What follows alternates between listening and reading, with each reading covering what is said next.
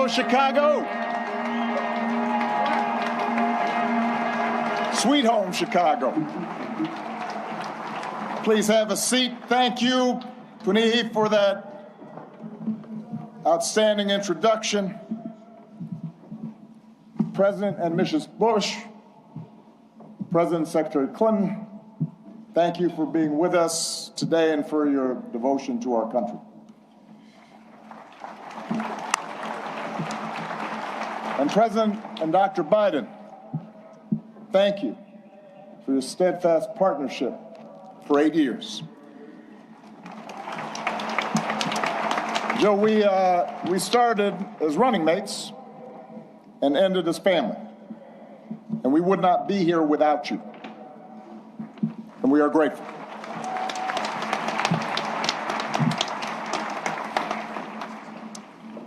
To our amazing foundation staff and our amazing board, to Governor Pritzker, Mayor Johnson, thank you for making this center possible. To congressional leaders and foreign dignitaries who've made the trip, I cherish our partnership together and all we got accomplished together. Thank you.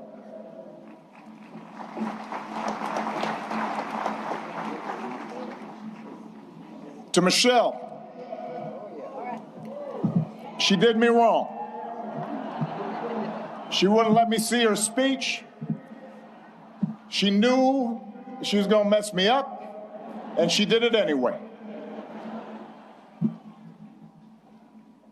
But she's always made me better. And I could not be more grateful. And to Sasha and Malia, what can I say? You mean everything to me.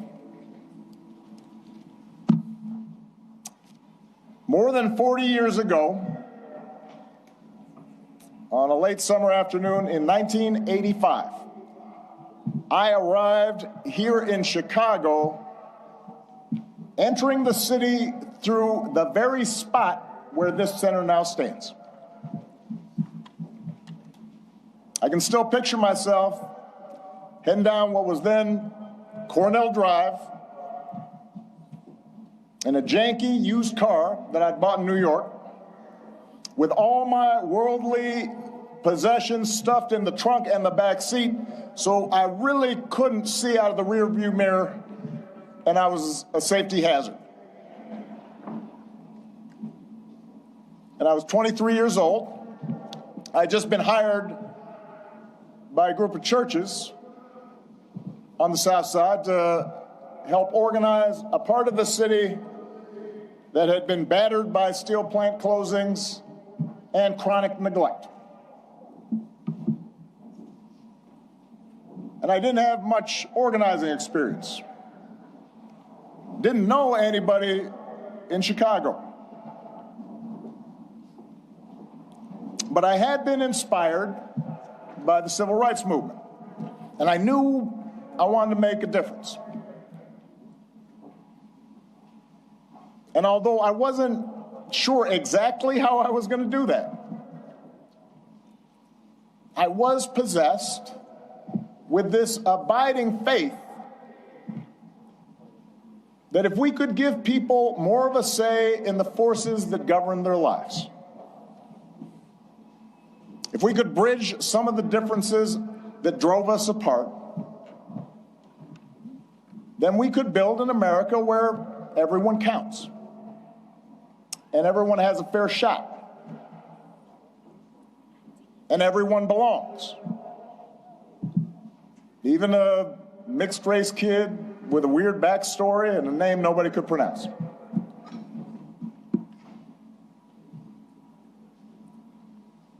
And it was here, in this city, a city of broad shoulders, that I found what I was looking for.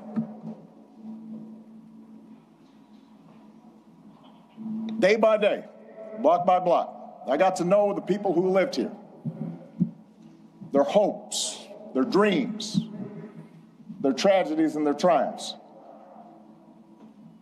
I witnessed their resilience in the face of hardship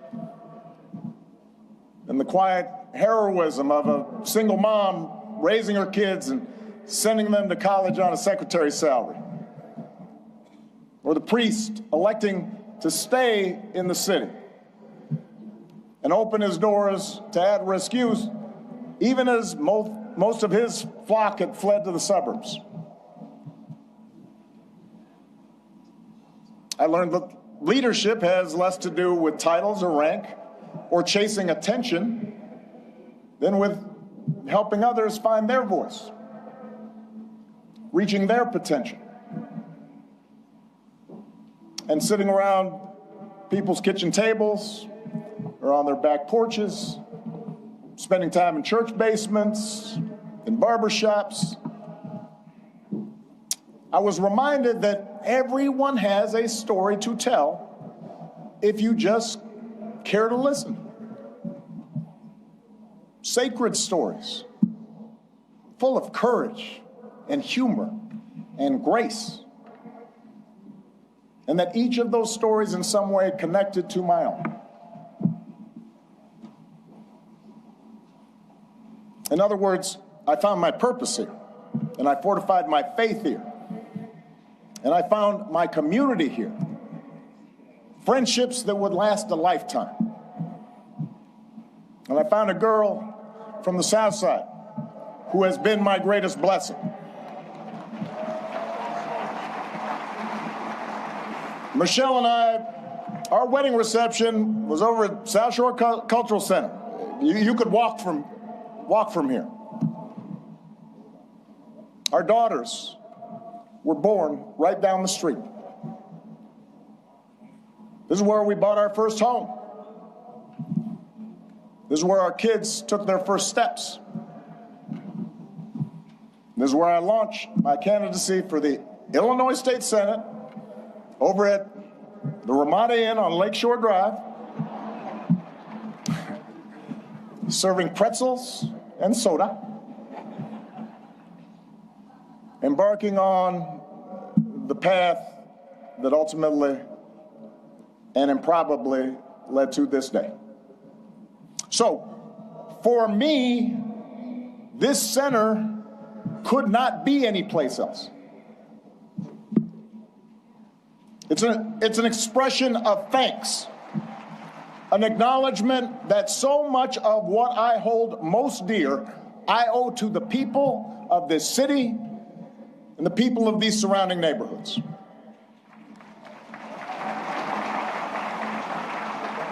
And it's why we designed the center not to be some lifeless mausoleum. I am too young for that. Not just a place to see Michelle's dresses, although I understand that will be the top attraction. We wanted it to be a vibrant, living celebration of community, where we can learn together and share the joys of art and music and sport and play. Because it's in those moments that we're reminded of our common humanity.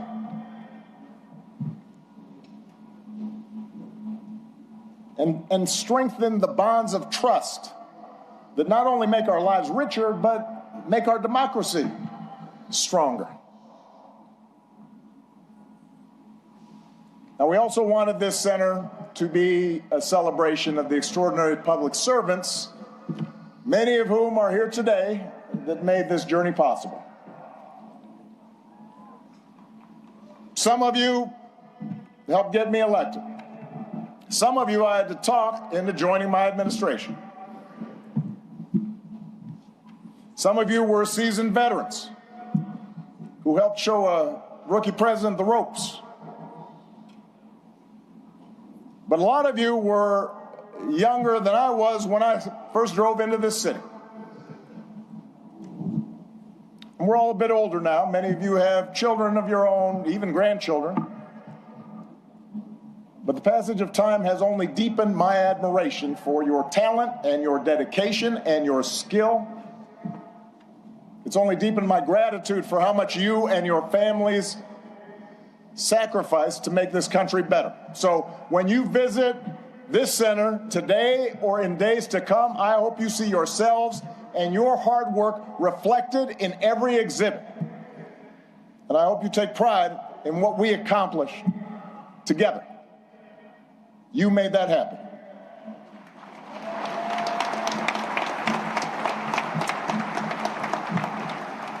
Now, of course, we did not accomplish everything we set out to do. No administration does. Some of the exhibits reflect unfinished business. In some cases, my own shortcomings and mistakes. In some cases, because, as a sign I kept on the Resolute desk read, hard things are hard. And that's especially true in a big, raucous, diverse, argumentative democracy like the United States of America.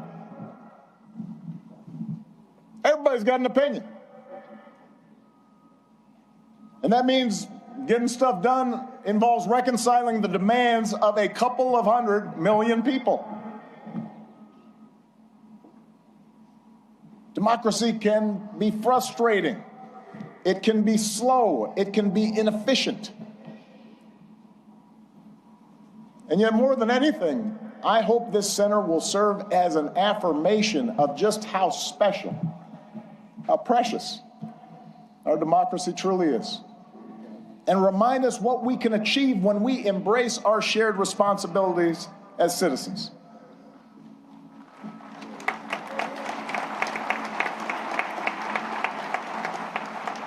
And since we're a few weeks away from America's 250th birthday, it is worth remembering just how radical the whole idea of self-government really was back in 1776. To that point, human history was a tale of conquest and caste and rigid hierarchies. A world where the strong dominated the weak, where power and wealth and status flowed through lineage, and the many were ruled by the few. But out of the fire and steel of a revolution, a different story took flight on this continent. A declaration that we are all created equal, endowed by our Creator with certain unalienable rights, and that in the newly independent United States, there will be no kings or lords, no serfs or subjects, but only citizens, each of us free to pursue our own version of happiness and able to determine our collective fate through an elected representative government. It had not been done. And because it hadn't been done before, the success of this experiment was never a given. In forming our union, the founders fell terribly short of the Declaration's promise, leaving slavery intact, allowing states to restrict the franchise to white men who own property. But in drafting a Constitution and a Bill of Rights, they did have the foresight, the genius, to provide us with a framework that allows each generation to make our union more perfect. And over more than 2 centuries, through petitions and protests, marches and strikes, moral appeals from the pulpit, and conversations at the family dinner table, men and women from all walks of life, of every color, every faith, every region, took up the cause of democracy and made it their own, until we, the people, came to include not just some of us, but all of us.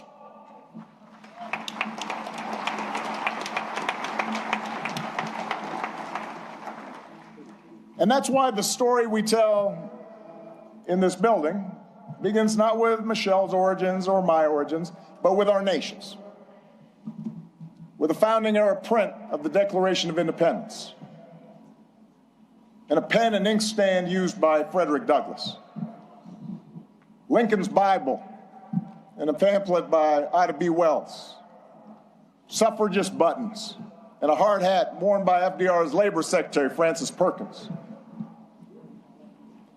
And it's why the exhibits here focus not just on policies, but on the shared values that make democracy possible.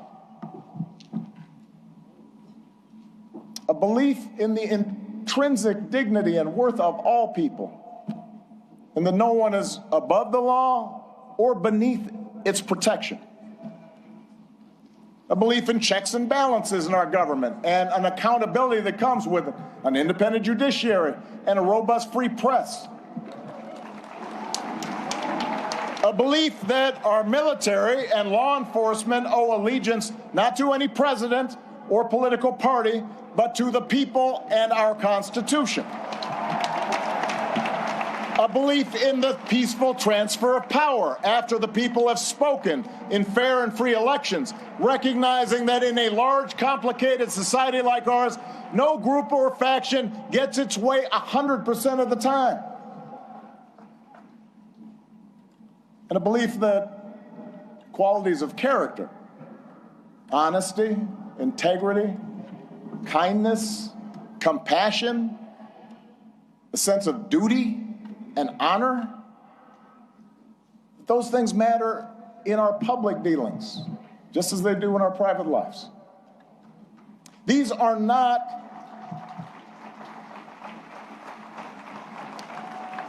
these are the values and traditions I believe in. And they are not Republican or Democratic values. They're American values we can all share, regardless of party. Values every president here today, as different as we are, has tried our best to uphold. Values that John McCain and Mitt Romney believed in no less than I did. It is our greatest inheritance, the story of America at its best, because it reflects a basic faith in the decency of our fellow citizens and the possibility that, despite all of our differences, we can see each other and understand one another and make common cause together.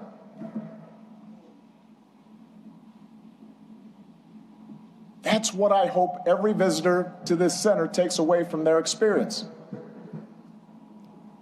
And that's why if you come for a day and you don't have time to see everything, I would urge you to skip the clips of my speeches. You have heard them all before. In favor of the stories of those ordinary citizens who helped make that change happen. The cancer survivor who feared rising premiums would force her out of her home and was brave enough to speak out about it. She's why we pushed so hard for health care reform. The small business owner trying to keep the lights on. The teenage girl who told me she was worried her dad might lose his job in the auto crisis. They're why we focus so relentlessly on pulling our economy back from the Great Recession. The wounded warrior overcoming debilitating injuries. The gay Air Force major serving her country even when forced to hide who she was. They're why we worked to end Don't Ask, Don't Tell and care for those who've worn our country's uniform and do right by our military families. It's their voices that led to our successes. And while going through the exhibits, I'd also ask you to listen to the voices of people around the world who've been inspired by American ideas. Yes, America has made its share of foreign policy mistakes. Our actions have not always matched our rhetoric. We've learned that we can't solve every conflict or stop every atrocity around the globe, but at our best, the United States has been an undeniable force for good in the world. And what I heard on every continent as president is that when American foreign policy lives up to our highest ideals, when we champion human rights and democracy and the sound stewardship of our planet, when we take the lead in eradicating disease and feeding the hungry and educating children, when we encourage cooperation between nations, instead of trying to dominate and bully and squeeze every advantage just because we can. And most of all, when we show through our example here at home that even a country as big and diverse as ours can make democracy work, it turns out all nations, including ours, become more prosperous and secure. And the world gets a little bit brighter.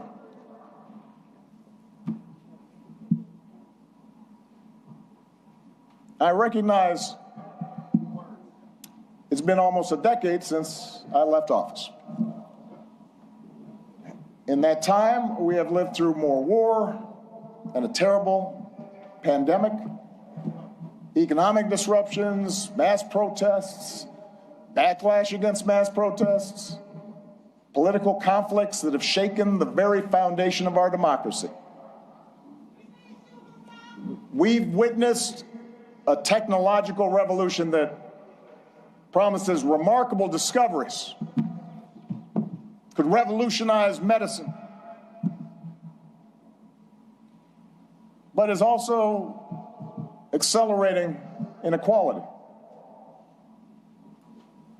that puts all the world's information in the palm of our hands, but somehow makes it harder for us to tell a truth from a lie, that connects us instantly like never before, even as it makes us more distrustful and more withdrawn and more fearful and more isolated from each other. It's a lot.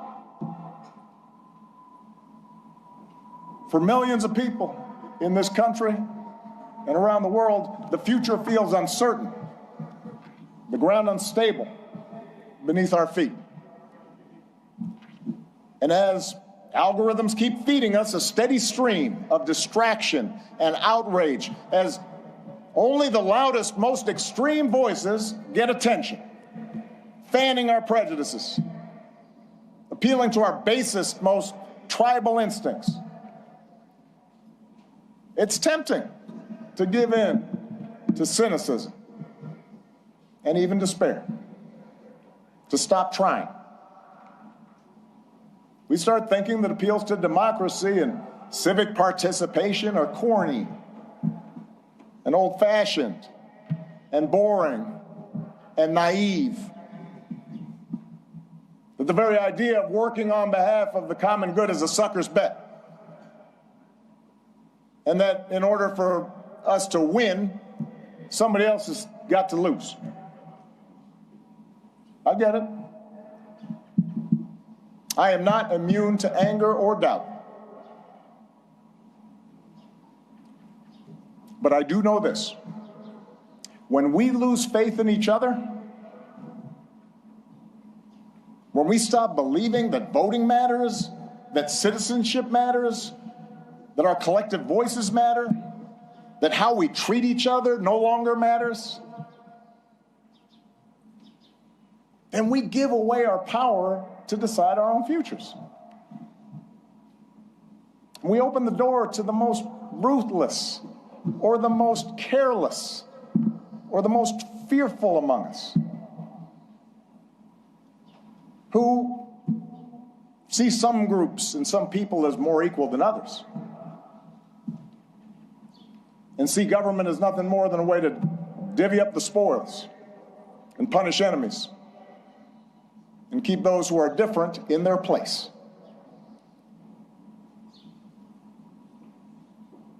I do not believe that is the story of America that prevails in the end.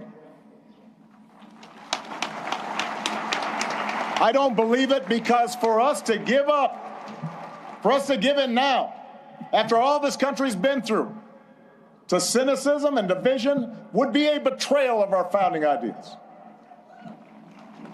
a betrayal of our faith. And I remain convinced that the overwhelming majority of Americans feel the same way. That as unsettled as we are, people aren't looking for perpetual anger and division. They are looking for fairness and common sense and mutual respect. That deep in our gut, we want to find a way to turn towards each other again, not further away.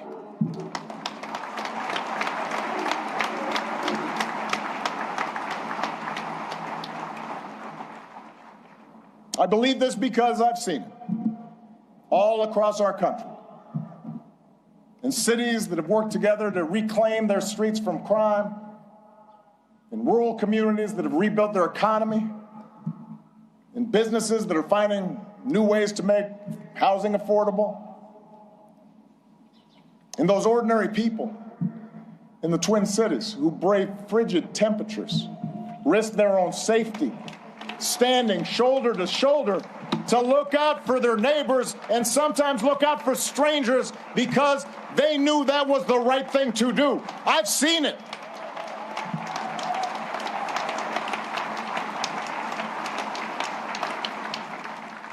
And I've seen it in a new generation of leaders here and around the world, like Puniha and Addison. Leaders who are determined to make our governments and our economies and our societies work for everyone. Obama Foundation leaders like Hannah, a Food Corps member from rural Ohio who's helping ensure every child has access to at least one nourishing meal. Or George, an entrepreneur whose nonprofit helps get unused, unexpired medicine, often at no cost, to people who need it. Or Zuzana, a human rights lawyer in Poland, who's won more than 30 landmark cases.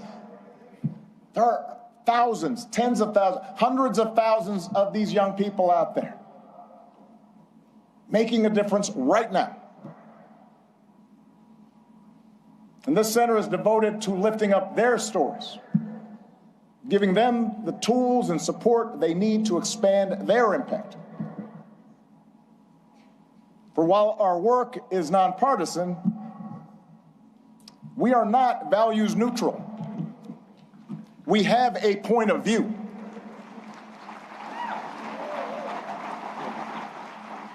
The exhibits in the center are not meant to evoke nostalgia for some gauzy bygone era,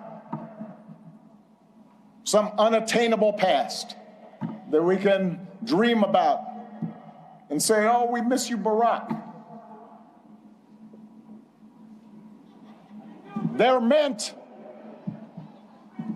to remind us of who we can be,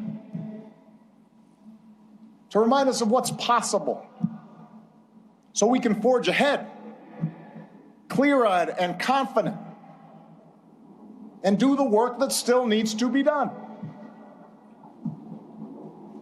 We can learn from the past, but America's story isn't frozen in the past.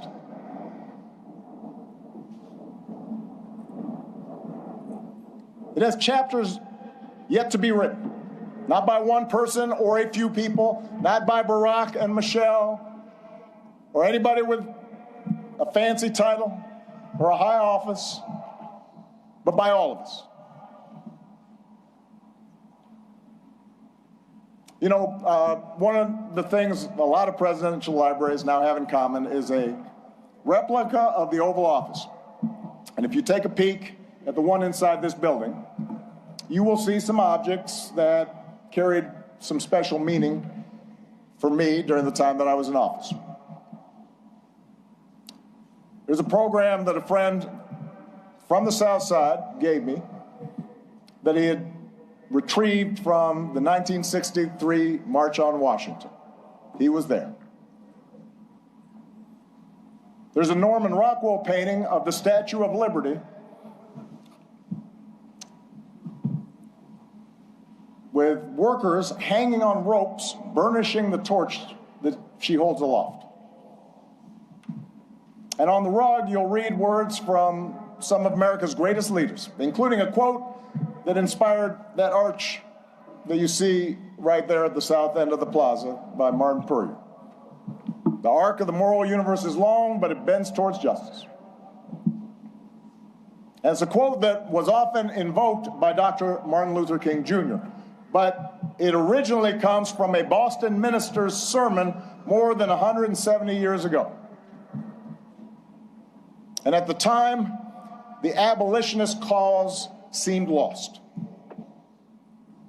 The Compromise of 1850 had made harboring fugitive slaves a crime under federal law, even in those states that had abolished slavery.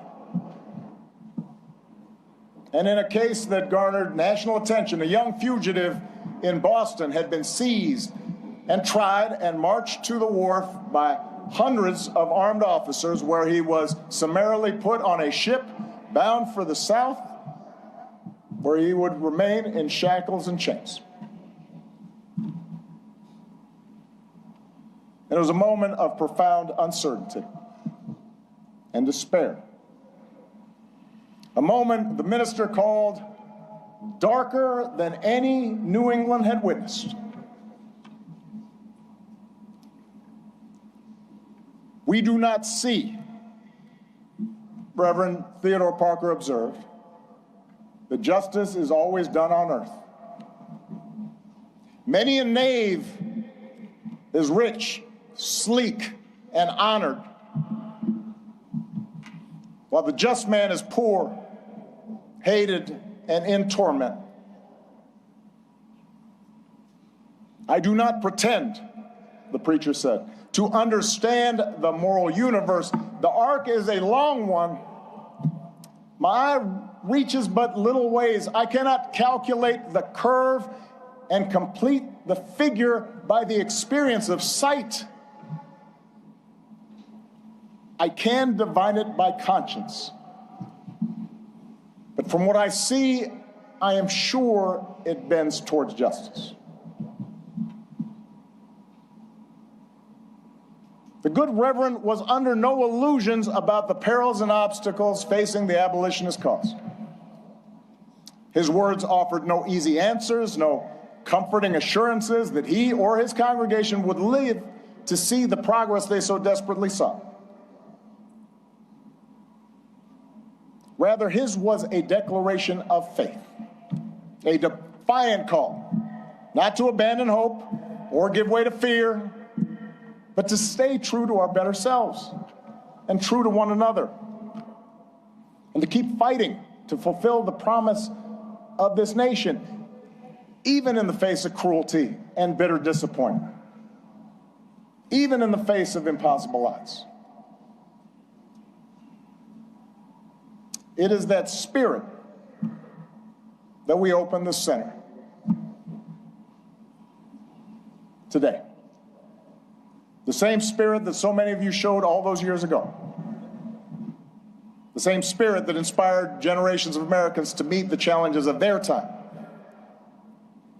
The same spirit that is alive and well here on the south side of Chicago.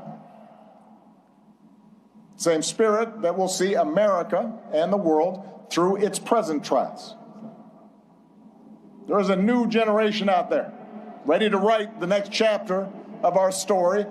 We intend to help them do it, and we ask that you join us. Thank you. God bless you. God bless the United States of America.